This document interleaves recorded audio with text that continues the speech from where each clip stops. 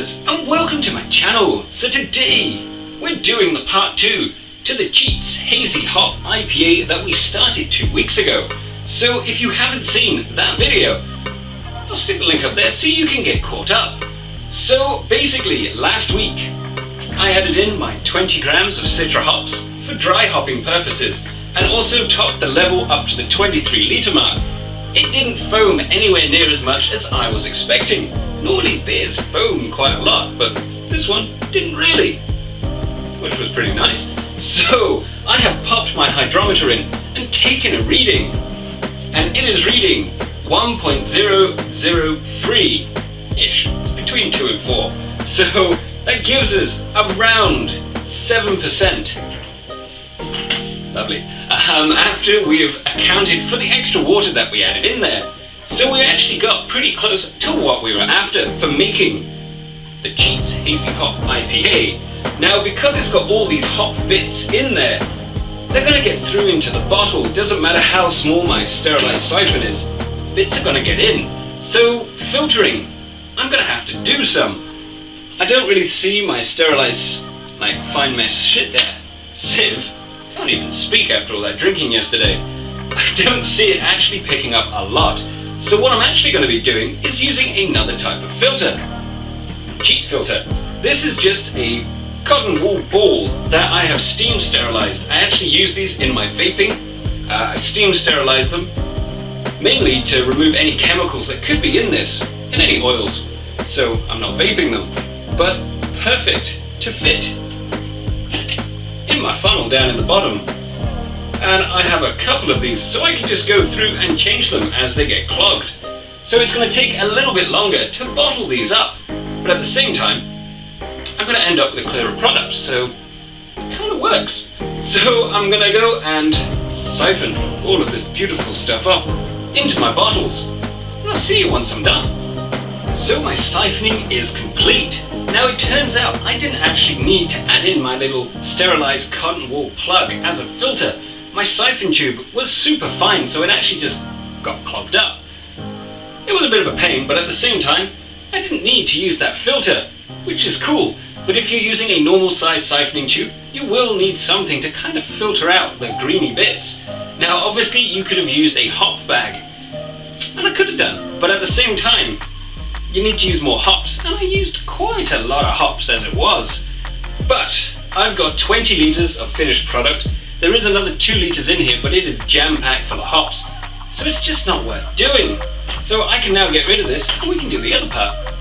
So with our remaining 20 litres, we're going to go ahead and carbonate it. Now you may notice that these are all hazy, just like a hazy hop IPA, which is pretty cool. Now the Geordie's kits, the lager kit that I used as the base for this, it does actually turn hazy when it's chilled. So I have my Simply Improved beer kit, not to show you the colour, but the actual clarity, it is clear. It doesn't turn hazy until you put it in the fridge, so it's already pretty hazy, which I think is pretty cool. It will clear up slightly, but at the same time, we've got the haze, which is pretty nice.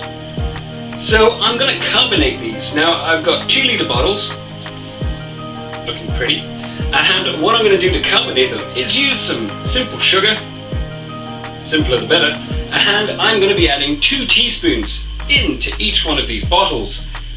Plenty enough for carbonation, so that's roughly 4 grams per litre, so that's 8 grams per 2 litre bottle. So I'm going to use the trusty finger funnel.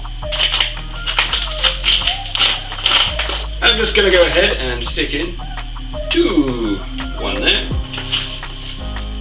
and another one. And now I can put the lid on and actually do it tightly so I don't splash it everywhere, and then shake it up to mix in all of the sugar. So I'm going to go ahead and do the rest of these bottles, and I'll be right back. So I've gone through each bottle and added 8 grams of sugar, which is 2 teaspoons, so that is a teaspoon per litre. Obviously if you're using beer bottles that are 500 ml, you use half a teaspoon or 2 grams. So this bit's done now. I just got to put it out of the way somewhere warm to let it carbonate for about 2 weeks or longer. It's up to you. So I'm going to put these upstairs because it's nice and warm, and we'll come back to this. So for those people that are dying to know, did this actually work? Does it taste like an IPA, or does it just have a hop lager taste? I can tell you right now, I am not the greatest fan of IPAs, as I've said, but at the same time I wanted to make one to see if I could make one that I liked. So let's give it a go. So this has a really sort of citrusy, grapefruit, lemon twang to it. Actually, it smells quite nice. It does have a sort of malty kind of lager taste, but it's mainly hops, like lots of hops. And I didn't go really hardcore on the boiling because I'm really not a fan of the bitter in IPAs. So, cheers.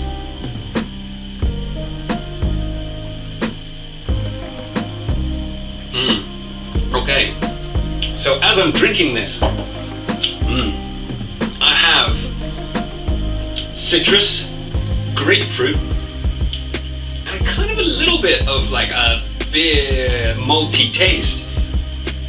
It is actually quite nice for what it is. It is bitter, like bitter grapefruit, sort of lemon rind, not the zest.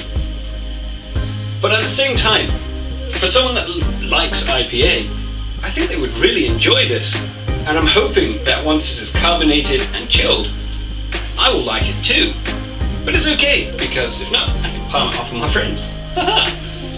So considering that this is a cheap beer kit that we added loads of hops to try and fake an IPA, it tastes a lot like an IPA. It has the bitter, it has the hop aromas, a little bit of malt in there. If someone gave me it and said this is IPA, I would believe them. So we'll come back to this and see how it turns out. So I really hope you enjoyed the video. Check out some of the other ones, and of course subscribe if you feel like it. And carry on homebrewing, guys. See you later. Even if it is terrible, it's strong. After a couple, no one's gonna care.